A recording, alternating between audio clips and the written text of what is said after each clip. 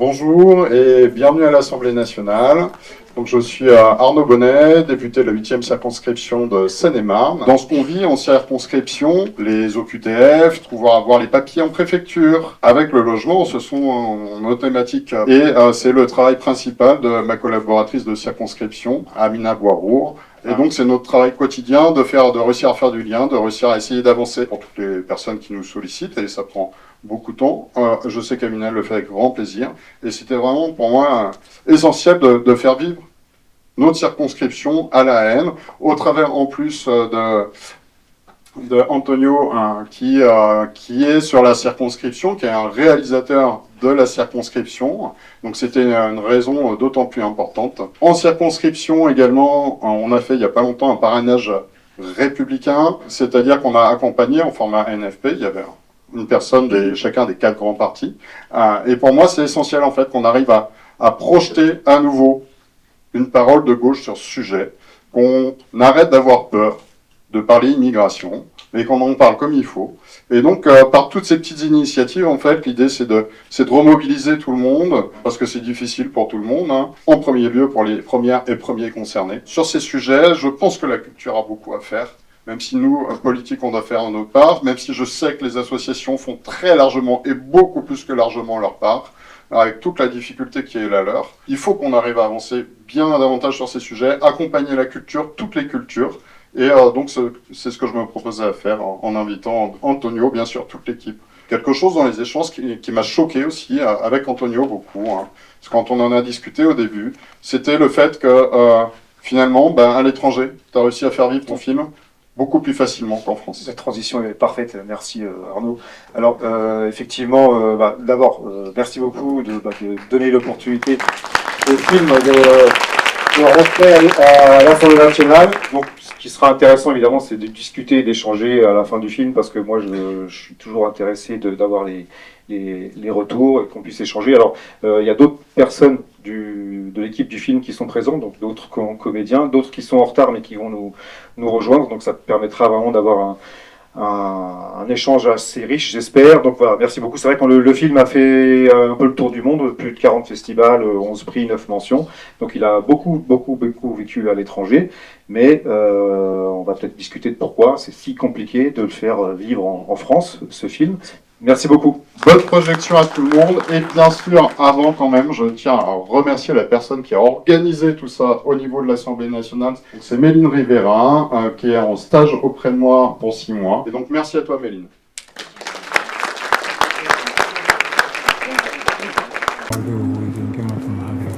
Il est là, Adamou? Vous connaissez Adamou? Ouais, sur Jean. Il n'est pas là. Peut-être ce soir, il va être à la réunion des collectifs des sans-papiers. Non, mais je m'en fous de ta réunion, là. Il faut que je le vois maintenant. Qu'est-ce que tu veux dire, Adamou? J'ai pas le temps de discuter, il faut que je le vois vite. Je n'ai pas ta façon de parler. C'est pas un Morico qui va me dire comment parler. Samba, non, arrête. Toi, il vous met des parties. Parce que tu ne nous aimes pas, on t'a rien fait. On veut pas de problème avec toi. C'est à cause de vous, s'il veut pas repartir, vous lui avez retourné le cerveau. Adamou, il est là? Adamou! Adamou! Adamou! Y'a que des noirs là-dedans. Quoi? Comment on va faire pour le trouver? Y'a que des noirs. Bonjour. Bonjour. Je cherche Adamou. Mais pourquoi vous cherchez Adamou? Parce qu'on s'en va, ça y est, c'est fini. On rentre chez nous, on s'en va.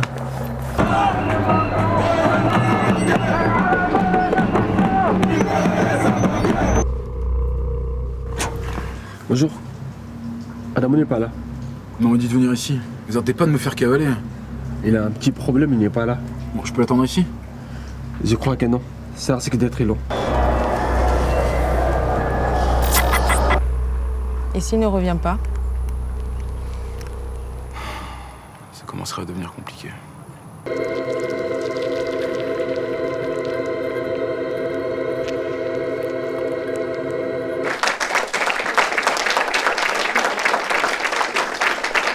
En fait, ce qu'on est en train de faire aussi, c'est de remettre des visages, de remettre des noms, remettre des histoires, remettre des lieux.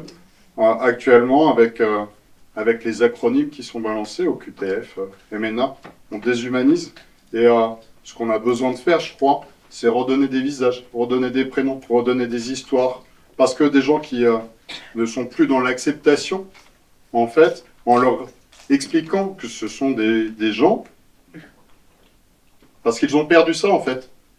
Ce sont des OQTF. Non. Ce sont des vies, ce sont des prénoms, ce sont des histoires. Et je crois que c'est ça qu'il faut reconstruire. Et pour moi, ton film, Antonio, c'est un petit peu tout ça. Je te laisse expliquer. Je vais commencer par, toi plus merci à toi, parce que c'est la Merci première à fois que tu le vois, le film. Oui, c'est exprès. Donc tu vois ce que tu as contribué. Alors j'ai rentré à l'Assemblée. On m'a beaucoup pitché, j'étais pas dans l'ignorance complète. Mais alors, je vais commencer par oui, c'était exprès. appeler les comédiens qui sont là. Donc Amine, dans les ordres, hein. Amine, Julien, Maudit, Amada, Antuman, Andreman. Je crois que j'ai oublié personne. Voilà, on va expliquer un petit peu, planter un peu le décor, voir comment le film a démarré. Et après, on va un petit peu échanger. Alors, c'est un projet de longue date. C'est un scénario que je traînais depuis longtemps, mais que qui est parti plusieurs fois à la poubelle parce que ça me convenait pas. Comme tout le monde, j'avais dans un coin de la tête, et c'était le resté au niveau inconscient, ce qui s'était passé en 96 avec l'occupation de Saint-Ambroise et Saint-Bernard. Et en fait, en 2020, donc il y a le confinement, bien sûr, et puis on voit des collectifs de sans-papiers qui se remettent un peu comme ça, qui reprennent un peu du poil de la bête. Et moi, je cherchais à rentrer en contact avec justement ces collectifs. Et donc, il y a eu un gros coup de chance parce qu'en fait, une semaine avant le 30 mai 2020, je trouve un numéro de téléphone, c'était le CSP 75. Collectif, donc la coordination des collectifs de sans-papiers 75, et je tombe sur Anzuman, qui me dit on se réunit tous les vendredis à République, t'as qu'à venir, et puis on verra bien. Et puis il continue de se réunir tous les vendredis à République, depuis ça continue. Et là il y a eu la rencontre, et donc ça a marché, j'ai envie de dire comme ça, à la confiance. Il y a un truc qui s'est passé, où j'ai senti que c'est bon, je pouvais rentrer un peu dans le move, si je peux dire. Je me rappelle, Anzuman m'avait posé la question, alors, comment tu veux faire? Je dis, non, t'inquiète, là, je suis là pour un moment, quoi. Donc, t'inquiète, je vais voir comment on va faire. Et puis après, j'ai accompagné un peu donc, les manifs, etc., les AG, enfin, un petit peu les actions. Après, il y a le collectif du CSP 20e aussi, à qui je suis rentré en contact, mais qui ne sont pas présents aujourd'hui, je crois pas. Et puis, un jeune collectif qui se montait à ce moment-là, qui est le collectif de CSP 75, qui est représenté par CSP Montreuil, là je m'y perds. Voilà, et donc c'était à peu près une année de construction du projet, une année et demie, on va dire, d'écriture, auquel ils vous ont, les membres des différents collectifs ont aussi un petit peu contribué au travers de réunions comme ça, où ils ont alimenté aussi le film, le projet, et puis voilà, donc après ça a été la préparation du tournage, et après on rentrait dans le classique, effectivement. Alors dans le film, il y a des comédiens professionnels également, et puis il y a des gens, il y a des rencontres très fortes, hein, voilà. Et puis, plus, c'est un film qui a beaucoup voyagé, donc j'ai déjà dit tout à l'heure, mais qu'on a envie maintenant de faire voyager en France, parce qu'après avoir voyagé beaucoup dans le monde, et avoir reçu curieusement un bon accueil critique et sous forme de prix dans des pays auxquels on ne s'attendait pas, comme en Inde, dans des pays d'Amérique du Sud, etc., beaucoup en Espagne. Mais en fait, en France, très compliqué, parce que la première réaction en France, on va dire, de la profession, ça serait dire ouais, mais il n'y a pas de public pour ce film. Alors après, c'est à vous de démontrer, de dire est-ce que oui ou non il y a un public pour ce film. Et après, nous, en tout cas, on va continuer à essayer de se battre pour qu'il y ait des projections, débats qui soient organisées dans des salles.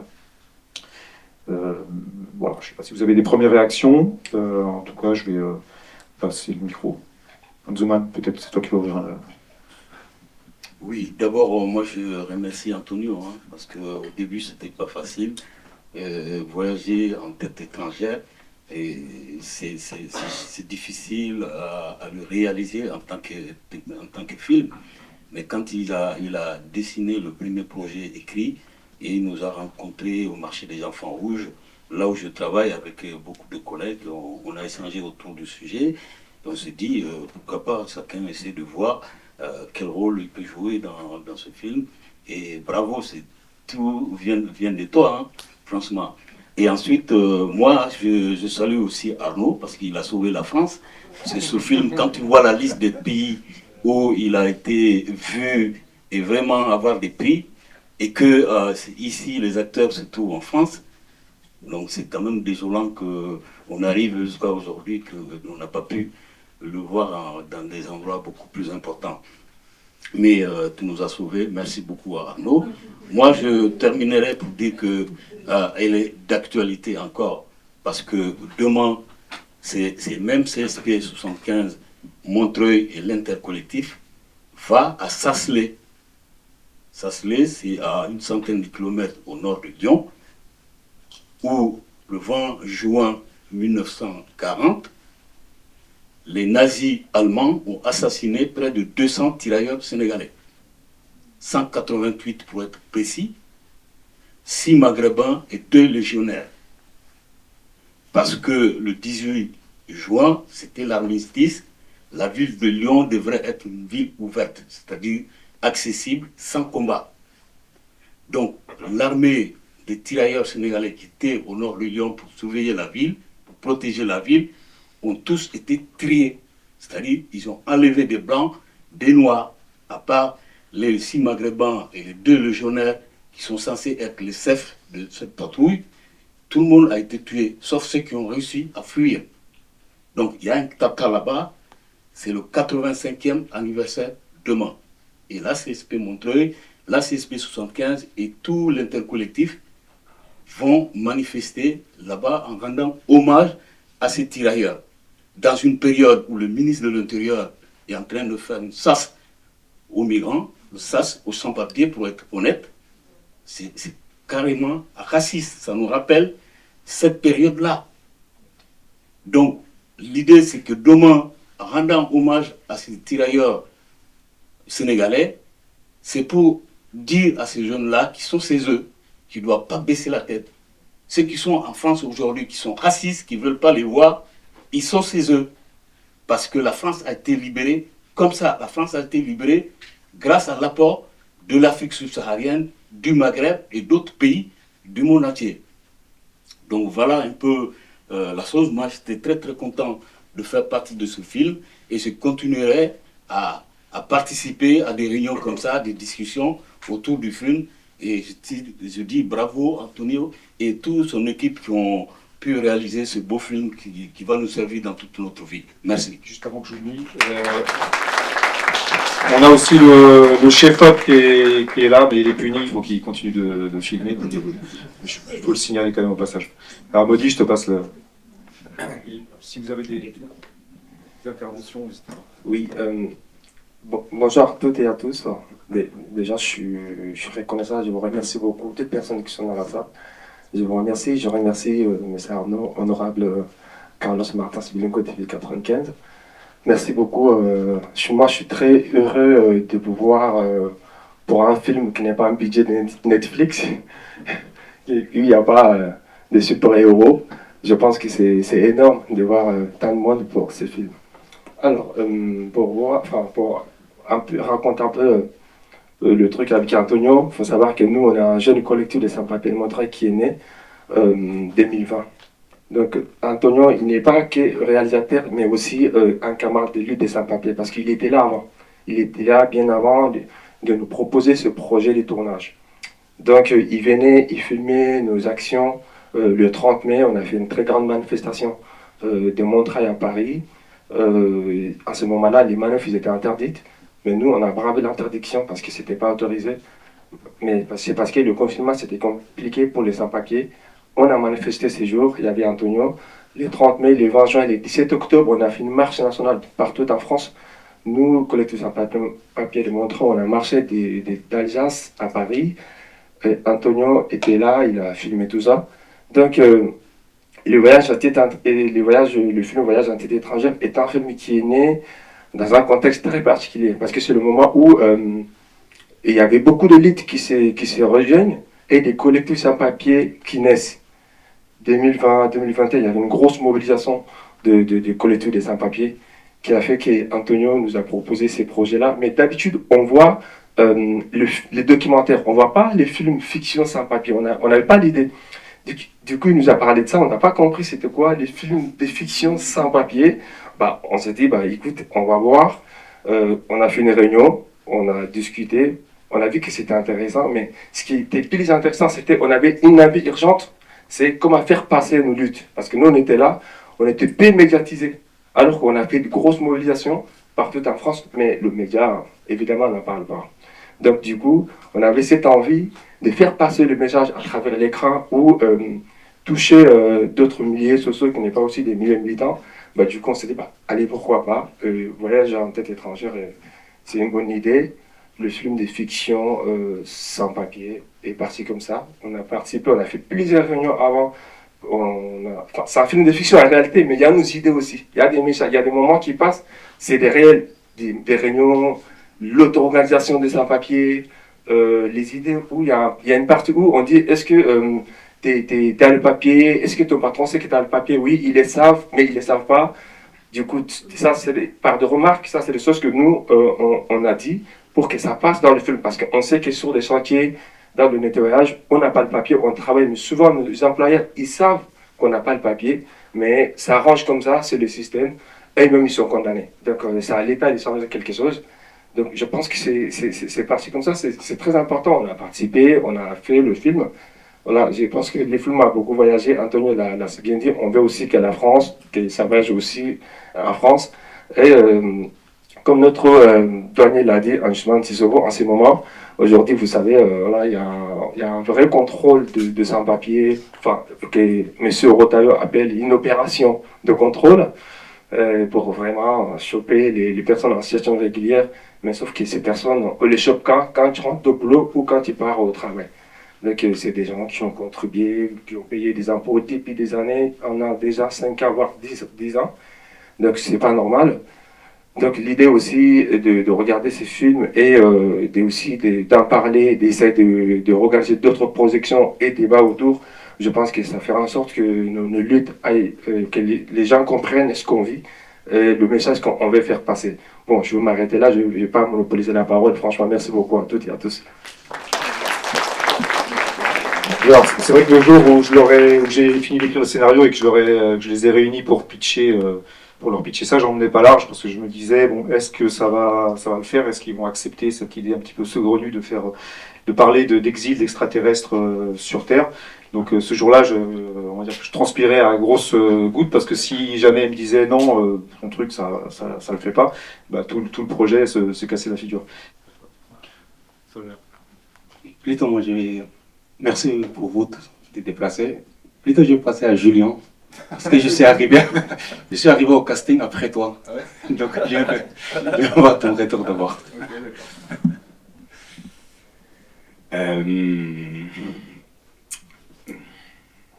On a tourné ça il y a 4 ans, hein, donc ça date un peu et c'est très émouvant pour moi d'être là devant vous avec toute cette belle brochette.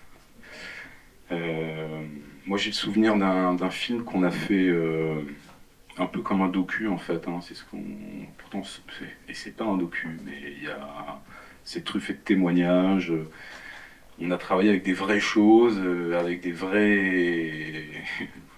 vrais dialogues, des comédiens, d'autres qui ne l'étaient pas, et en même temps, voilà, qu'on était sur le plateau et qu'il fallait tourner les scènes, et ben, il y avait une énergie comme ça qui nous emmenait, et je pense, ouais, bon, on va pas faire voilà, Antonio a un rôle vraiment important là-dedans. Je pense qu'il y a quelque chose qui a vraiment qui s'est propagé, quoi, une espèce de contagion vraiment très très vertueuse. Et c'est vrai que pour moi, ça a été intense, hein, en fait. Hein. Ça a été assez intense.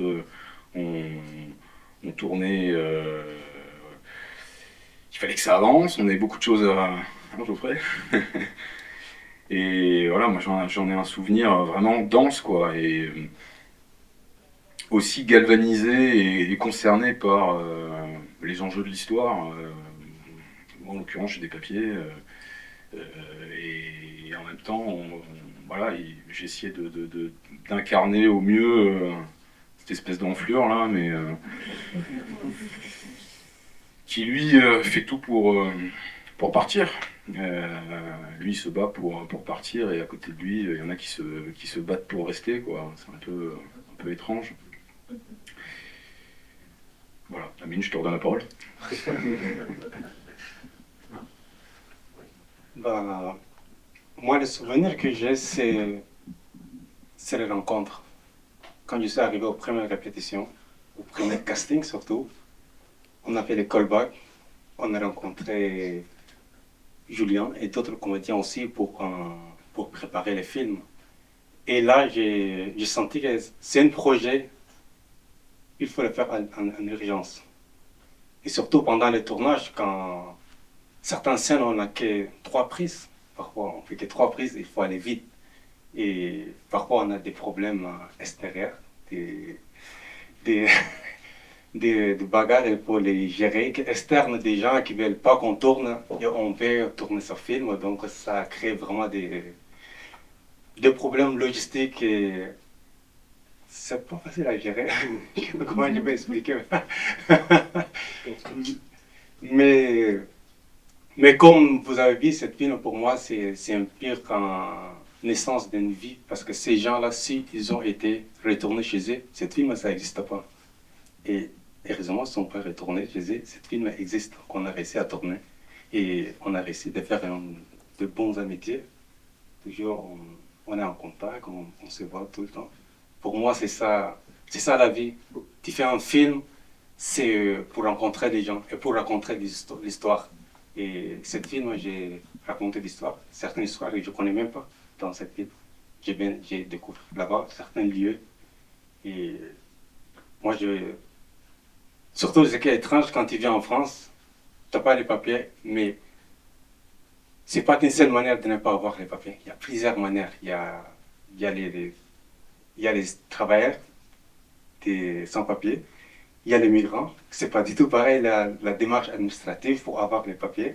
Il y a 14 000 façons pour avoir ces papiers et 14 000 façons pour se retrouver sans papiers. Et donc ça, j'ai découvert plusieurs manières, les gens qui n'ont pas de papiers, des passages dans ce film. Et j'ai appris beaucoup de choses dans cette aventure, moi je peux dire comme ça. Ouais. Et surtout en voyage, moi je suis impressionné et surtout étonné qu'en France, ça ne savent pas voyager, mais dans le monde, surtout les retours, les prix qu'on a eu à travers ce film, des gens qui nous écrivent jusqu'à là sur Instagram, que j'ai trop aimé votre film, c'était très bien, et c'est vrai que c'est comme ça se passe en France. Moi j'ai dit ouais, c'est comme ça se passe. Donc c'est ça, pour moi, faire un film, c'est raconter l'histoire et rencontrer des gens. Et j'ai pu participer à cette rencontre et faire cette histoire-là, faire exister. Donc, je n'ai pas grand-chose à ajouter et je te pose le micro. Merci beaucoup.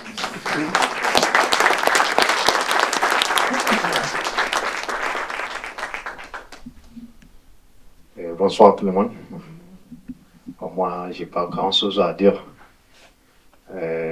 Juste, quand on commençait le film, on vit qu'Antonio nous proposait. Nous, on ne sait rien, c'est comment faire un film comme Ami l'a si bien dit. Parfois, on n'avait pas de temps pour pouvoir s'organiser et apprendre davantage. Mais on a un réalisateur qui est fantastique, qui nous a beaucoup aidé. On a juste fait 2 ou 3 réunions qui nous a permis de nous donner de rôle à chacun. Il a regardé tout le monde quel rôle chacun peut jouer. C'est à travers ça qu'on s'est engagé et puis il nous a montré le projet. Et on a su que le projet, franchement, c'est quelque chose qui va nous aider, surtout nous, les sans-papiers.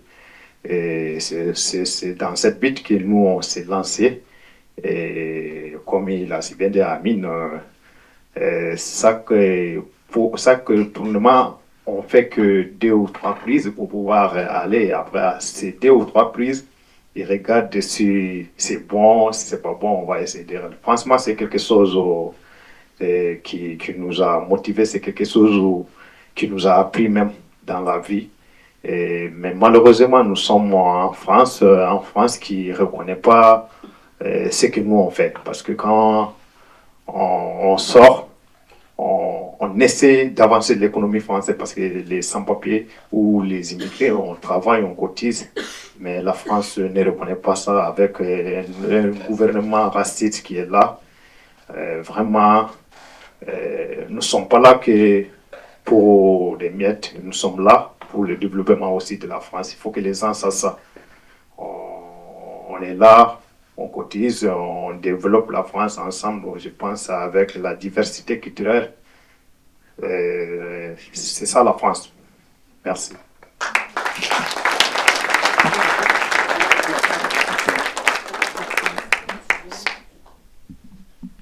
Oui, bonjour à tout le monde. Merci beaucoup à tous ceux qui sont dans cette salle. Merci à Anthony aussi. Moi, je vais remercier quelqu'un ici qui s'appelle Anzouman Sissoko. C'est mon idole de la lutte. Parce que c'est grâce à lui que moi, je me suis engagé dans la lutte. Parce que les jours où il a passé dans notre foyer et a montré pour parler de son histoire dans la lutte, je me suis dit, mais pourquoi pas faire la même chose comme lui. Voilà, c'est à cause de ça que je me suis lancé dans la lutte. Voilà, après, j'ai aimé beaucoup. Après, maintenant, moi, je me demande si je n'avais pas parti de la lutte, comment je vais devenir en France. Voilà. En fait, avec le tournage de cette film, au début, c'était très, très difficile pour nous. Voilà, voilà, c'était très compliqué. On peut pas tout dire ici, mais c'était très compliqué. Mais on a réussi quand même, avec toutes ces complications, on a réussi quand même à le faire. Ce qu'on peut faire dans les films. On a réussi à faire. Les premiers jours où Antonio m'a proposé, moi, je me suis dit, mais un sans-papier dans les films, comment ça va passer? C'est ça que j'ai pensé dans ma tête, quoi. Je pensais que c'est impossible. Voilà, donc merci encore Antonio et merci les camarades et tous ceux qui ont participé à ces films.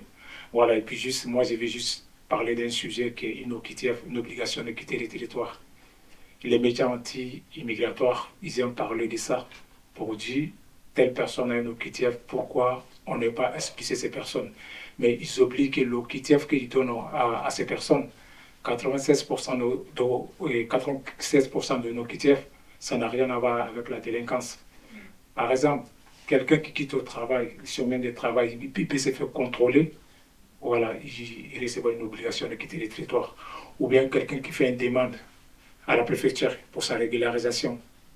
On les donne une obligation de quitter le territoire. Ça n'a rien à voir avec la délinquance. Donc, ces médias-là, ils prennent leur temps à passer ces messages de la haine en venant des immigrés avec des musulmans. Merci beaucoup. Je m'arrête là. Merci.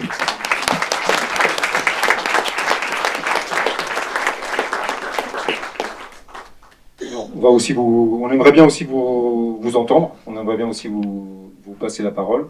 Alors c'est vrai que moi, ça ne m'étonne pas tant que ça que le film ait beaucoup de mal à circuler en France et qu'on ait beaucoup de freins, mais c'est vrai que quelque part, ça m'a aussi donné à vivre une espèce de frustration, une espèce de, comment dire, l'invisibilisation que votre lutte rencontre depuis le début, parce qu'on se souvient, je pense que 96, Saint-Bernard, ça a marqué les esprits, ça a fait le tour du monde, donc l'image de la hache qui a fracassé la porte d'entrée de l'église Saint-Bernard, je pense que c'est quelque chose qui a traumatisé la classe politique française, et ils se sont dit plus jamais ça. Ils se sont dit certainement on s'est fait avoir une fois mais ça en fera plus, et donc depuis c'est vraiment la chape de plomb, c'est l'invisibilisation, et du coup en faisant ce film je savais que je rentrais aussi dans ce gouffre, parce que ça allait être très compliqué d'aller dans les salles et ailleurs, mais on va continuer de se battre, et puis si vous avez envie de voir le film dans une salle de art et essai pas loin de chez vous, on peut en parler, vous avez mon mail, on peut essayer d'organiser ça. Et voilà, on aimerait bien vous entendre. Donc pour moi, l'atmosphère était lourde. On voit la misère des migrants, des témoignages intéressants et interrogatoires sur la nature humaine. j'ai vu une forme d'hypocrisie dans les rapports et on ressent une forme de tromperie généralisée. Pas que au niveau des migrants, mais même aux gens, les gens normaux en fait, où chacun trompe l'autre. C'est un film qui dénonce et qui nous fait réagir sur notre confort, alors que d'autres vivent un quotidien des plus compliqués. J'ai aussi un film qui oppose d'un côté une forme de solitude d'une société qui individualise et la force du collectif qui nous rappelle l'intérêt du groupe. Et puis la question que je me pose aussi, c'est quand on voit la misère des sans-papiers, aussi des sans-abri, une question surgit, est-ce que cela vaut le coup de quitter son pays d'origine? C'est une question que je me suis posée, parce que moi-même étant algérien, effectivement, des fois, on sait pourquoi on quitte un pays, mais on ne sait pas forcément ce qu'on va trouver de l'autre côté. Donc, est-ce que ça vaut vraiment le coup de traverser la Méditerranée pour trouver ça en face? Voilà. Vraiment bravo pour le message que vous faites passer. C'est fort de vous entendre après, c'est hyper fort et on a envie encore plus de connaître ce travail des collectifs. On vous rencontre dans les manifs, on voit que vous êtes présents, que vous êtes organisés. La question des hétéronymes de PCOA, c'est quelque chose qui me turlupine, et donc du coup j'avais envie de parler de ça, mais la saudade, etc., mais je savais pas comment l'aborder, et je tournais en rond, j'avais écrit plusieurs fois le scénario, mais ça allait pas, et quand il y a eu ce mouvement des collectifs des sans-papiers, là, je me suis dit, là, il y a quelque chose, parce qu'il y a vraiment de l'engagement, il y a vraiment une lutte, il y a vraiment des gens qui sont dans une situation, ça ne devrait pas être eux eux, ils doivent juste penser à survivre. Voilà. Et en fait, non, ils ne pensent pas qu'à survivre, la survie, en tout cas, c'est aussi la lutte. Et c'est par la lutte qu'on survit. Voilà, contrairement à ce qu'on peut voir dans certains films, je ne vais pas donner de titre, mais dans certains films où c'est avant tout la survie, le misérabilisme, et puis voilà, prendre pitié des gens. Enfin, c'était pas ça qui m'intéressait. Donc voilà, pour répondre de façon succincte.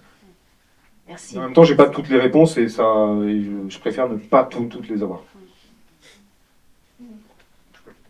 C'est une suite aussi. C'est une suite aussi. Ah ouais, il faut aussi oui, parce que ce film-là est la suite d'un précédent film, effectivement, qui s'appelle D'étoile en étoile et qui est sur une plateforme qui s'appelle outbuster.com. Si vous voulez aller voir D'étoile en étoile, c'est le film qui précède celui-là. Ouais, juste pour répondre à l'ami algérien qui avait posé une question, à savoir quand on quitte son pays pour venir trouver la France comme ça, c'est ce que nous avons passé en 2004 quand on a créé la coalition internationale de sans-papiers migrants. En 2004, pour ceux qui se souviennent, c'est la directive européenne sur l'immigration qui fixe l'entrée et le séjour des immigrés en Europe, et sans que chaque pays peut l'adapter comme il veut. Et à l'époque, c'était 18 mois de rétention. À l'époque, nous, on était à 12 jours. Et aujourd'hui, on est à 3 mois. Bon, c'est vrai qu'on est loin de 18 mois, mais 3 mois de rétention, pourquoi? Donc on a créé la coalition internationale des sans-papiers qui se trouve en Afrique subsaharienne, au Maghreb, et dans 8 pays de l'Union européenne. Je ne veux pas toutes les citer, mais les plus importants, c'était pour proposer quelque chose de différent, c'est-à-dire en s'appuyant sur ceux qui sont là et les familles qui sont restées là-bas avec les étudiants.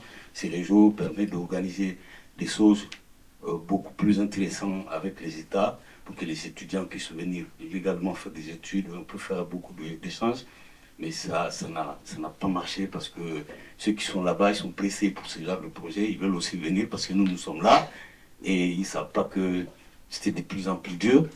Donc, en tout cas, nous, on n'a pas de solution parce que chaque année, on a été au Forum social mondial 2011 à Dakar, 2 fois en Tunisie, 2013-2015. Tout ça, c'était pour essayer de faire autre chose de différent, pour que les jeunes puissent rester ou faire autrement, même s'ils vont partir. Mais ça ne sera pas par des contraintes.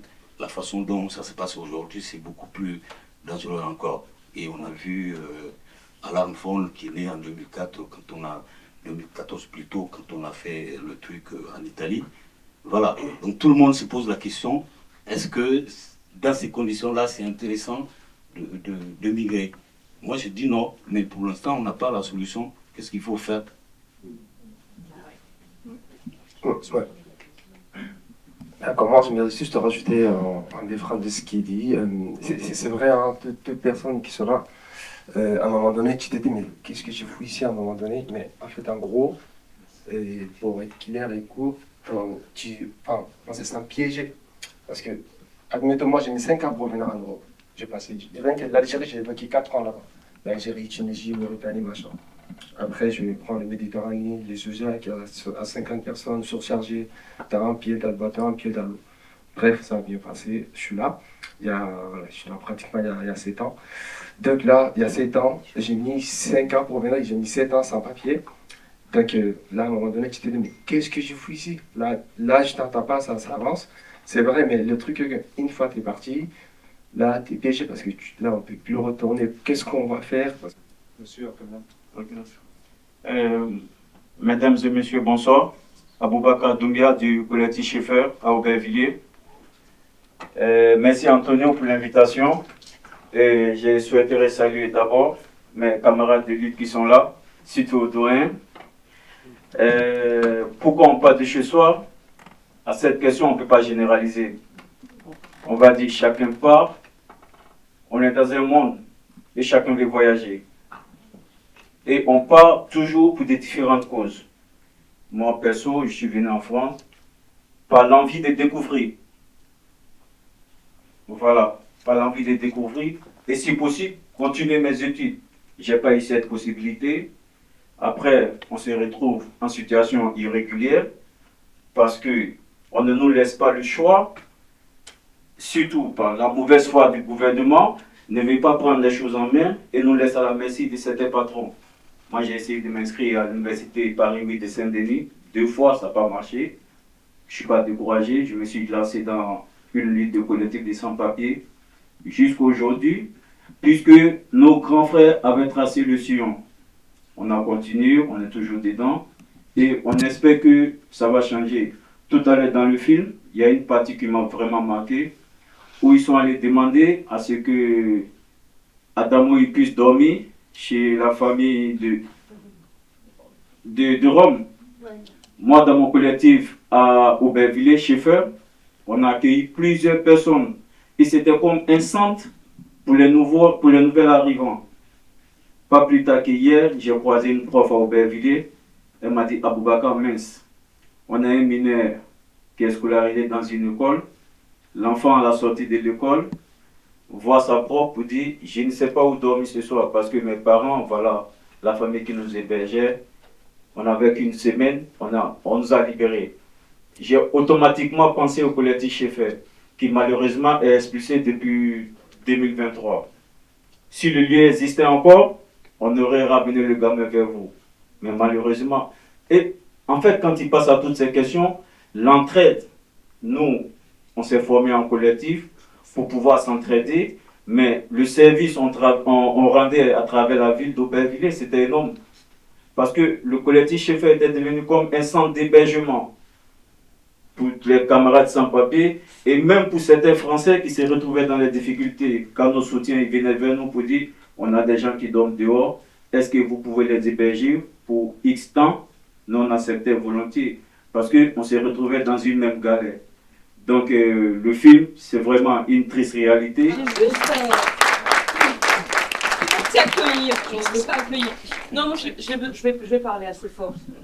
Je suis comédienne, donc je connais certains de ce collectif, puisque j'ai fait avec Antonio un film sur le Parlement de rue. Et ce que je veux dire, j'essaie de comprendre pourquoi le film ne tourne pas en France. Mais ça, c'est normal. On est en train de passer à une phase quand même assez grave. Et nous, on est en train de travailler sur un tel journal qui parle de la montée du totalitarisme, je veux dire du fascisme, hein, c'est encore plus simple. Et je me dis, les luttes, elles doivent être collectives, elles doivent être seules, on n'y arrivera pas. J'ai été sans papier aussi. Les collectifs seuls à la place de la République en train de manifester, ça ne marchera pas comme ça. Il faudra passer un truc un peu plus fort, je pense. Je ne sais pas comment. Nous, on essaie de réfléchir, en tout cas dans ma compagnie, on essaie de réfléchir à se dire, parce que je fais du théâtre de l'opprimé, donc c'est comment faire pour lutter. Moi, les manifs, j'y crois plus. Je pense qu'il faut qu'on se mette à beaucoup plus nombreux que ça. Blanc, non blanc, enfin tout ce qu'on a envie, pour essayer de voir, parce que là, sinon, on va à une catastrophe. Enfin, moi, j'ai très peur de l'avenir. Très peur. Aujourd'hui, j'ai peur d'aller manifester pour la Palestine. J'ai peur de porter un kéfier parce que j'ai une carte de séjour. Et je sais que si on me trouve avec un kéfier, des camarades à moi se sont vus enlever leur kéfier parce que c'est interdit de le porter. Et je me dis, moi, c'est une OQTF derrière, même si ça fait 32 ans que je suis en France. Je risque tous les jours ma peau encore. Donc, voilà. C'est pour dire, la lutte, elle doit continuer, mais beaucoup plus large que ça. Je suis très en colère, excusez-moi, je suis très émue, mais ça me fait toujours mal d'entendre, quand j'entends la France ne sait pas accueillir, si elle sait accueillir certains, mais nous, elle nous déteste. C'est l'histoire de la colonisation aussi. Hein. Et nous, les anciens colonisés, on est insupportables.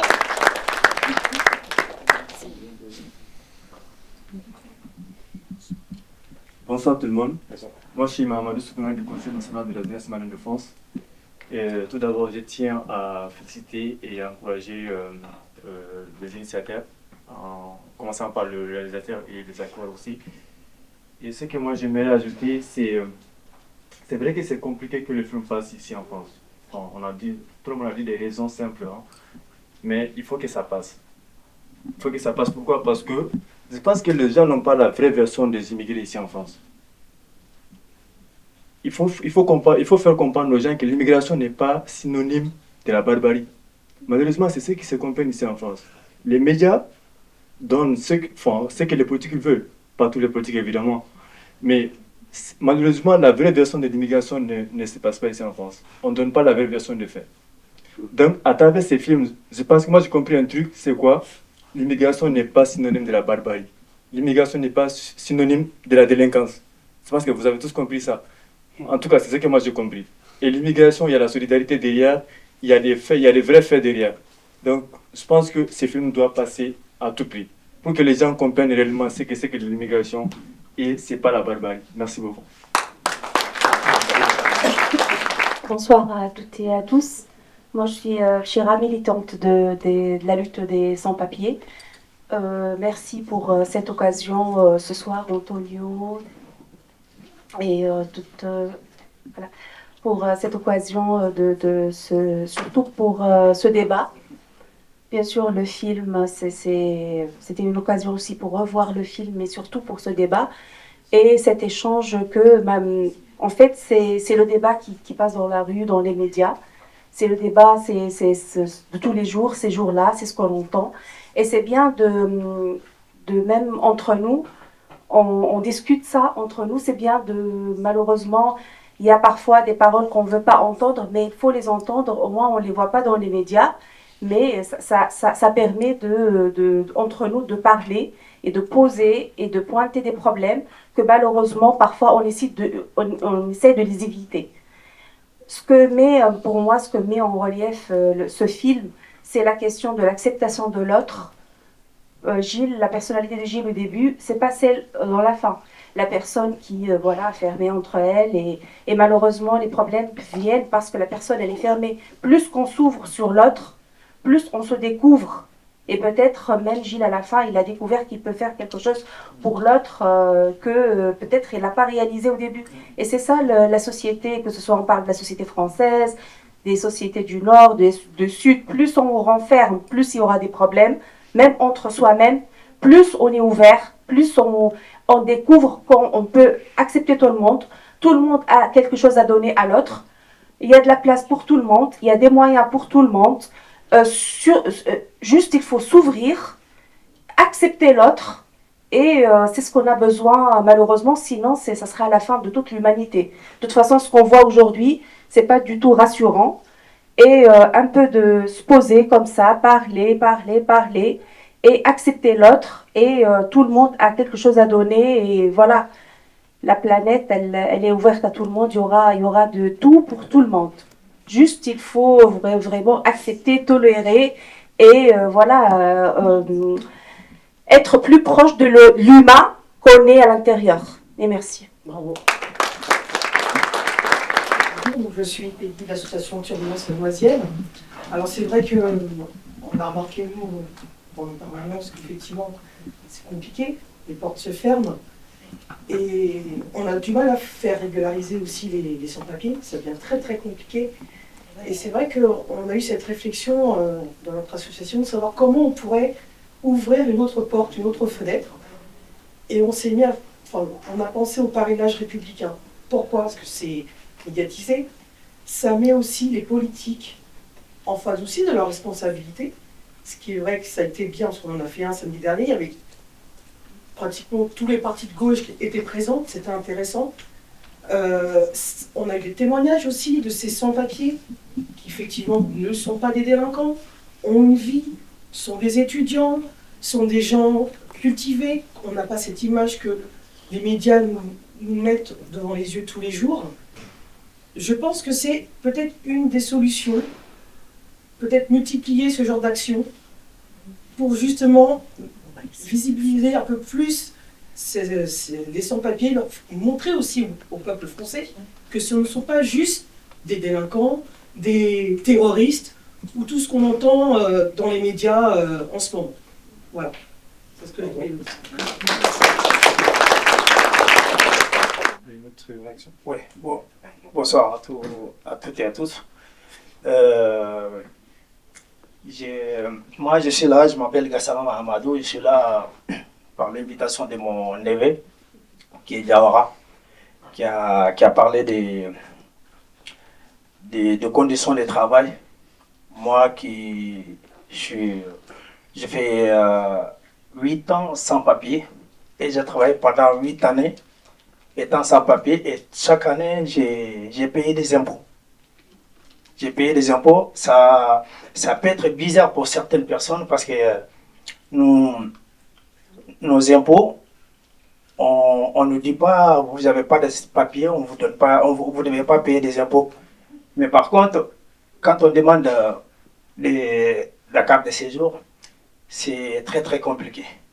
Et ce qu'ils ont passé dans les films, c'est vraiment l'image réelle de l'immigration. Nous sommes là juste pour aider la famille. C'est vrai que l'ami algérien qui a dit pourquoi nous sommes là, certes, c'est un piège. Une fois qu'on est sur place, on ne peut plus faire marche arrière. Il y a beaucoup de gens qui n'ont rien à la fin du mois et pourtant nous travaillons tout le temps. Nous travaillons tout le temps, mais à la fin du mois, il ne nous reste rien parce que nous sommes là pour une cause. La cause, c'est aider la famille. Nous sommes là que pour ça. Nous sommes d'accord pour les Français qui disent de refouler les immigrés qui foutent des pagailles. Nous sommes d'accord parce qu'ils sont en train de salir notre image. Ceux qui sont là pour aider leur famille, je pense qu'ils n'ont pas de problème avec la France. Nous disons aussi merci à la France de nous avoir donné la chance de travailler et aider notre famille. Merci à vous. Bravo. Bonsoir à tous. Déjà, bravo pour le film.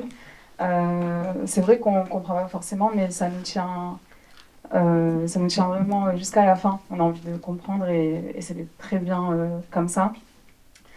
Moi, je voulais juste aussi quand même revenir justement, pareil, sur ce que monsieur a dit. Je suis algérienne aussi. Moi, ma mère, elle a quitté l'Algérie en 96. Et c'est pas parce qu'elle le voulait forcément, c'était les années noires, hein, comme vous devez le savoir. Et par souci de sécurité, et par souci de vie ou de mort, et ben, elle a décidé de quitter l'Algérie et de venir en France. Donc je pense que c'est important de rappeler que pour beaucoup, c'est pas forcément un choix, c'est une question de vie ou de mort. On a vu dans le documentaire, par exemple, 2 personnes afghanes. C'est pas sans rappeler qu'en Afghanistan, c'est très compliqué et que beaucoup sont amenés à fuir pour ça. Donc pour beaucoup, c'est vraiment pas un choix. Donc je pense que c'est important de le rappeler. Aussi, je pense que ce qui est important de rappeler, c'est que le problème qu'il y a aujourd'hui par rapport aux sans-papiers, c'est un problème raciste, premièrement. Donc, je veux dire, si les sans-papiers étaient des personnes blanches, on n'en serait pas là aujourd'hui. On ne serait pas dans cette non-acceptation des personnes sans-papiers. Il y a juste à voir avec l'exemple de l'Ukraine, où l'accueil était complètement différent. Et où à ce moment-là, là c'était des humains et à ce moment-là on décide de les accueillir comme il se doit. Alors, on s'approche de la fin. Je tiens à remercier la présence de Carlos Martins Bilango, le député qui nous a rendu visite. Et peut-être je vais passer le mot de la fin à Arnaud. Merci d'abord à vous tous de vous être offerts à travers la caméra à nous. parce que vous êtes donné à travers et on le ressent vraiment. Pour moi, il faut vraiment qu'on arrive à créer des espaces d'échange, en fait, parce que oui, on est dans une société, là, en France, qui essaye le plus possible de diviser les gens, mais tout le monde, hein. Les jeunes, les vieux, les noirs, les arabes, les blancs, enfin, on s'en fout, en fait. On est dans une société qui cherche à diviser tout le temps tout le monde, et il faut qu'on arrive à retrouver des moments où, justement, on discute tous ensemble, et y compris des gens qui ne savent pas forcément, qui n'ont pas forcément d'idées, mais qui sont un petit peu dans cette ère du temps, là, raciste et nauséabond. Ben, je crois qu'il faut les ramener aussi vers nous, petit à petit. Alors, pas tous, hein, il y en a, ils sont perdus, hein, on est bien d'accord. Bon, voilà. Hein. Mais quand même, malgré tout, je crois qu'il y a des gens, on leur a tellement fourré des trucs dans la tête que ben, ils les croient. Ils les croient, et il faut retrouver des endroits de discussion où tout le monde se retrouve. Ça peut être un film, comme ce soir, mais ça peut être d'autres moments. Il faut qu'on arrive à pas seulement regrouper les gens qui sont dans les causes, et regrouper les causes, ça je suis d'accord par contre, mais il faut qu'on arrive à retrouver ces espaces d'échange pour discuter tous ensemble et se comprendre, et puis pouvoir s'accepter les uns les autres. Merci en tout cas de votre présence ce soir, et merci.